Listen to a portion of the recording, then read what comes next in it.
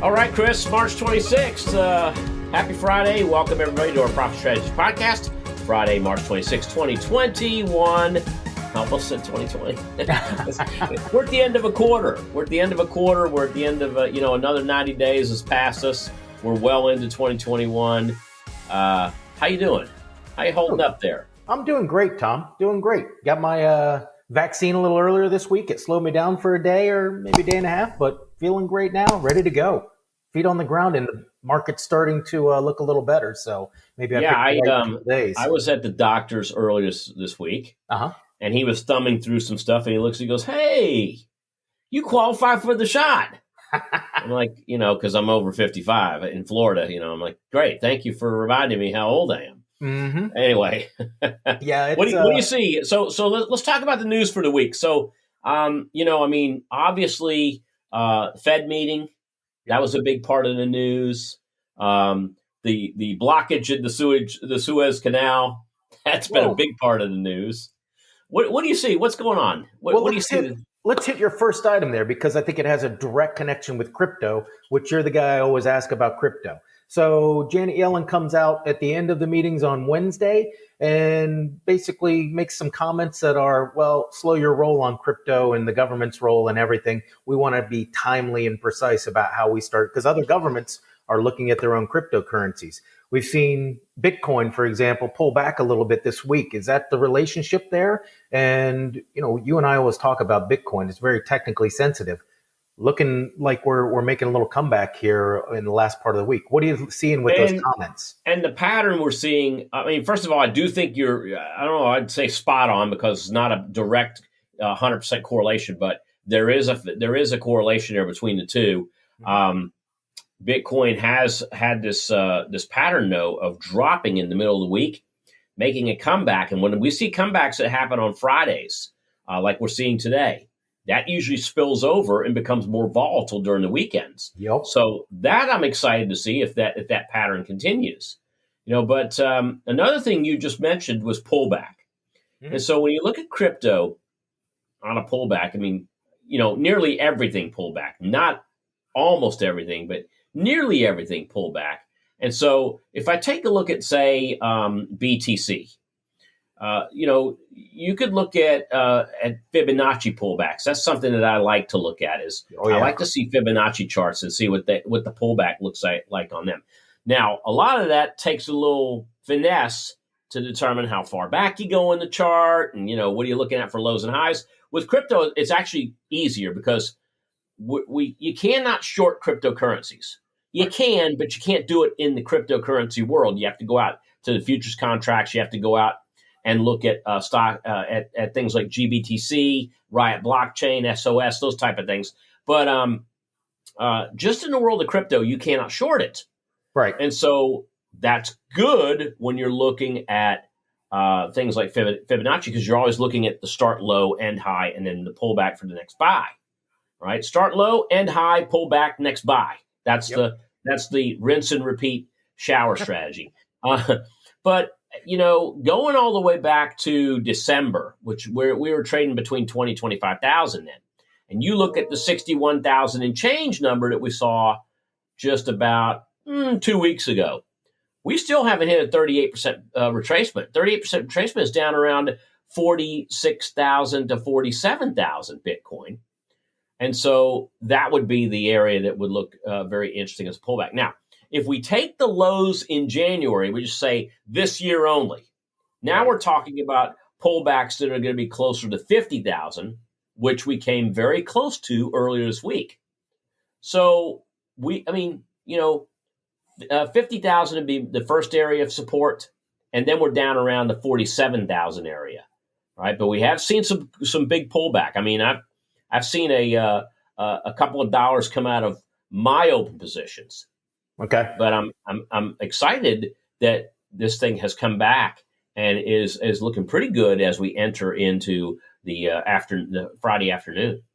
I'm looking at the chart right now of Bitcoin against the US dollar here, and perfect bounce on the 50-day moving average, which is, I think you mentioned Fibonacci's. 5-0s have been great on Bitcoin, and the fact that the 50-day is giving you a nice platform here just tells you the technical trade is on in Bitcoin. We saw the 50-day get tested in January, and it was a perfect touch and go, just boom, out of the gate. So, man, where's this rocket ship go? Well, I mean, my next target on Bitcoin, if we break above 61, is somewhere between 67,000 and 72,000. I know it's a 5,000, it's a wide target, but that's the area that we see with what we call Fibonacci extensions. Right. Now, if you really want to look at a value play, and actually I had to go to Bloomberg, my Bloomberg terminal over there, which is, that's not a cheap thing to have. No, but what we looked at yesterday, which was interesting, the research team and I determined that GBTC, it's not optional, it's not optionable, but GBTC as of yesterday, as of Thursday night, was trading at a 14% discount when you look at the two, and it hasn't had that big of a discount in months. It's been a long time since we've seen a discount that has come anywhere near that. That's the value right now.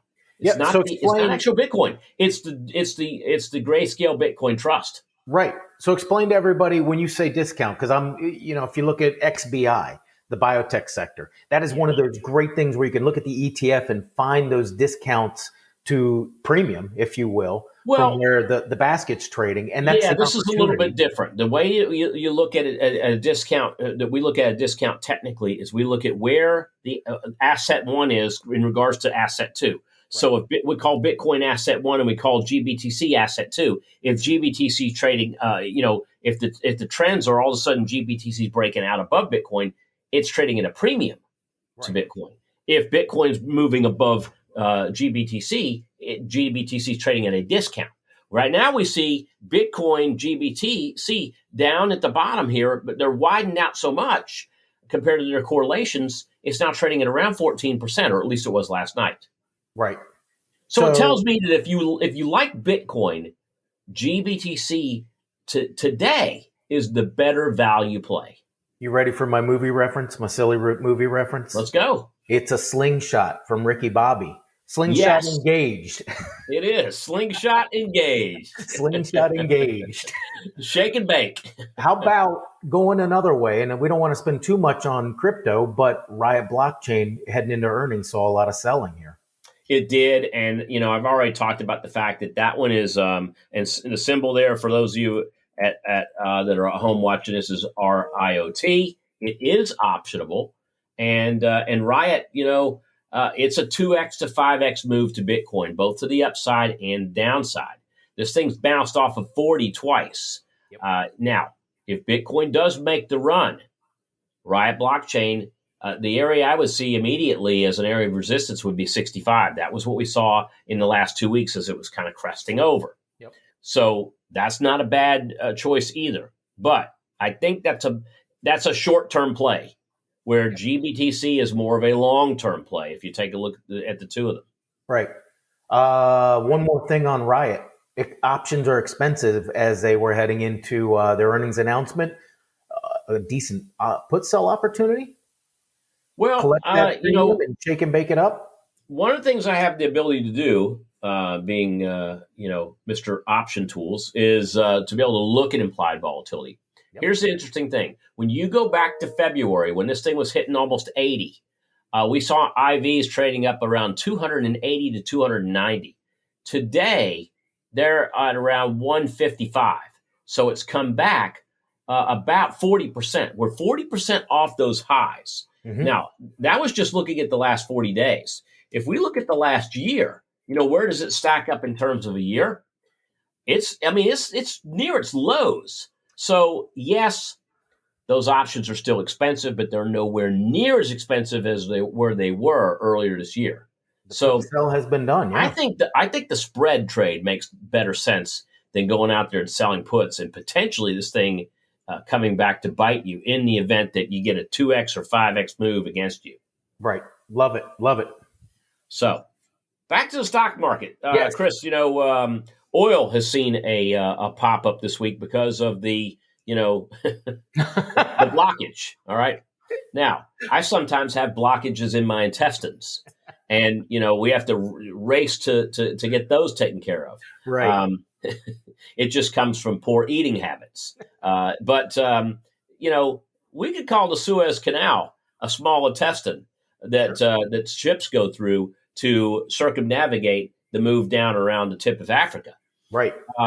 Do you see this as because we're seeing oil kind of popping up, but do you see this as a sell the news? We're buying the fact that the ship has not been yet rescued and caught and allowing traffic to go through. Or is this the beginning of something more? I think the rise in oil is the beginning of something more. To use, a shipping or at least a boating term, you've got a riptide here in the headline. You've got the Suez Canal, which eventually is going to result in a little bit of sell the news. But at the same time, if you look at the CRB and you look at some of these signs, the 10 years going back up to its highs, inflation is still very present in this market, Tom. And when you've combine that with the reopening trade and Europe, with all the headlines this week, I think that's the biggest catalyst behind the pullback we saw in the USO. That as soon as we see, Angela Merkel actually reversed her stance on the lockdowns. Yeah, she did. You're seeing even apologize for it. Yeah, and I think you're seeing now some of that sentiment settling into Europe, and that is just going to expand demand more. So I think this is inflation and demand taking over. Suez Canal is going to be a couple weeks worth of a story. As soon as they get done with their Tonka toys, digging it out, I think you might see a little pullback. But man, the bigger picture is inflation and demand. Right. Okay, so if we take a look at the last, we're at the end of the quarter now. So how's the quarter sizing up? If you take a look at going forward, we're still in an uptrend for the S&P, even though what we've been seeing is these higher lows and lower or higher highs and lower highs. The lower highs are starting to widen out a bit. So the cone's actually suggesting that more volatility is coming. Yeah. You and I talked a little more than a week ago. We were hitting new all-time highs, and we were talking about 400 being that elusive resistance area for SPY. But the trend still seems to be up, and the end of the week really dropped. At least we grabbed back the losses that occurred on Wednesday. Even yesterday's losses were eclipsed because we had that buying that came in the afternoon. But we're still down on the week. We're still up on the quarter, however.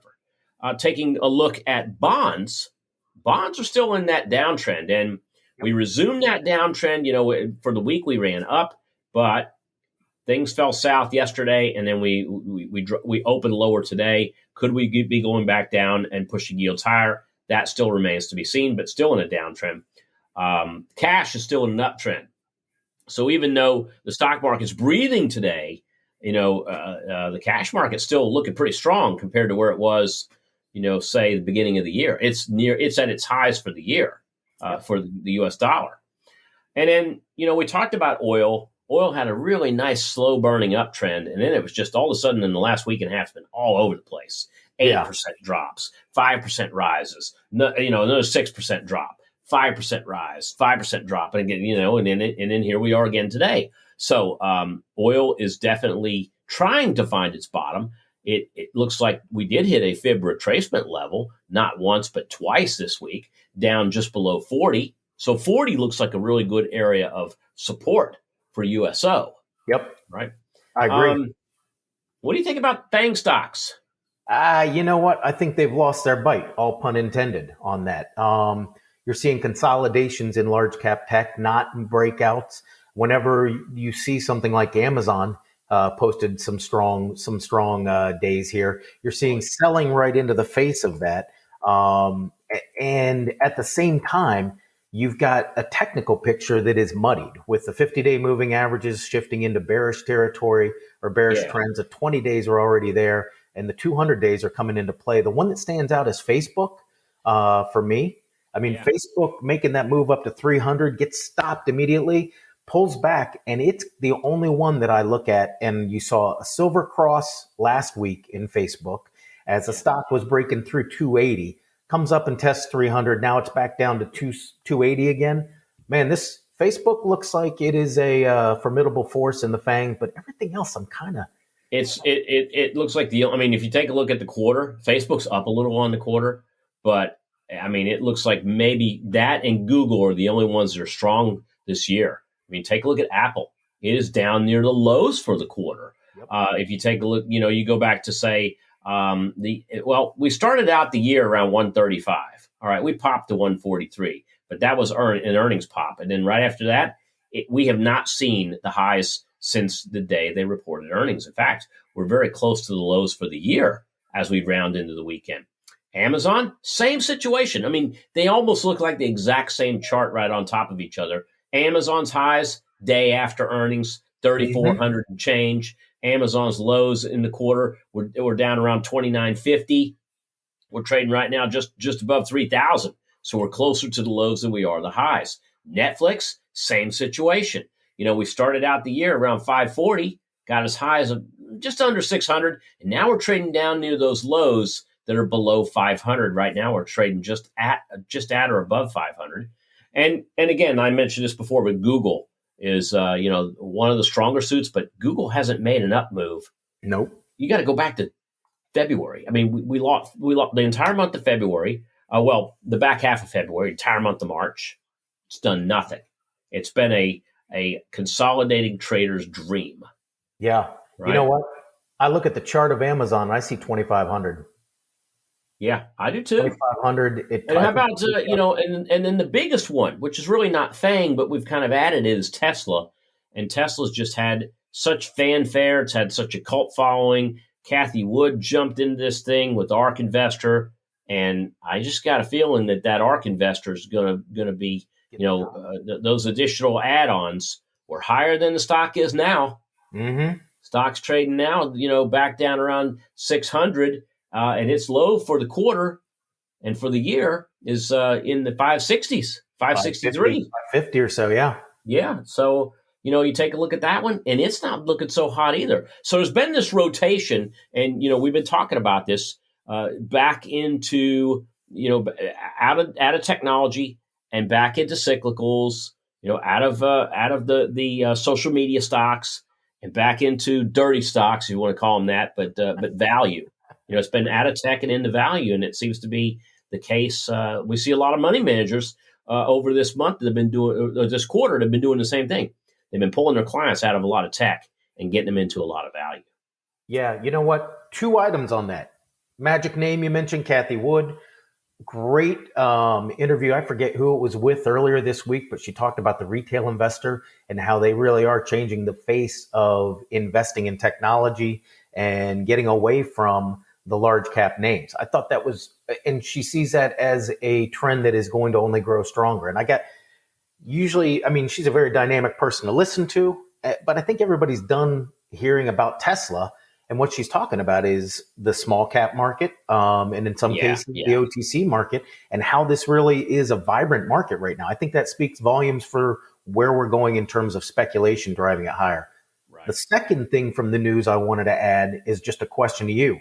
I don't know if you watched the testimony of Twitter, Google, and Facebook. I saw a little bit of it. Man, first of all, Jack Dorsey, whoever the attorneys are that coached him, did an awesome job because he gave one-word answers the whole time. Yes. Oh, no. yeah. Yes. Yeah, no. Yeah. Where Zuckerberg was reading volumes about what they were doing.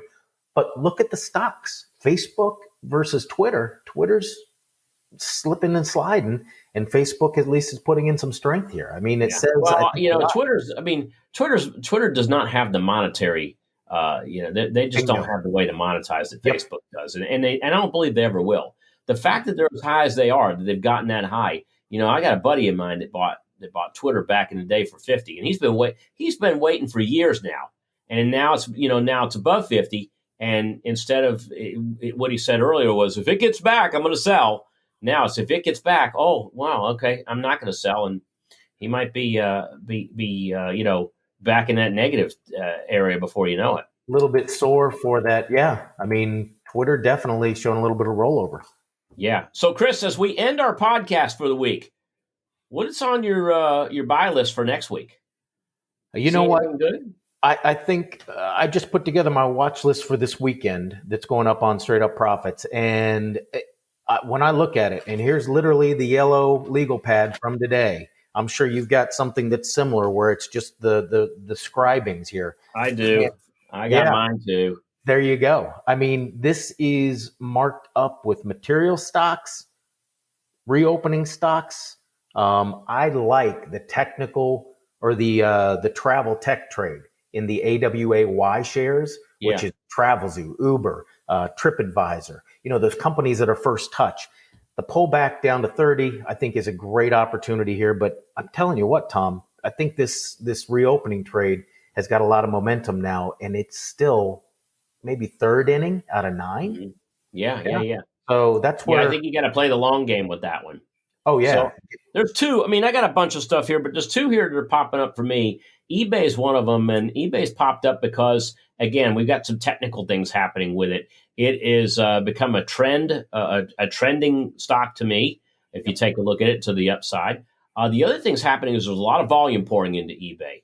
So there's a lot of big money that's pouring into it too. So we see a volume play there and a trend play. So I like eBay to the upside. And then I got to go back to GBTC because, if my expectations are we're going to see higher highs in crypto, that's the value play. And you'll almost never hear me talk about a trust versus the actual asset itself. But right now, I like the trust. I got to agree with you. All right, Chris. Hey, thanks for joining me for this weekend. As we head into the weekend, guys, have a great rest of your weekend, everyone. From Chris and I, we bid you farewell. We'll see you again next week. Bye, everybody.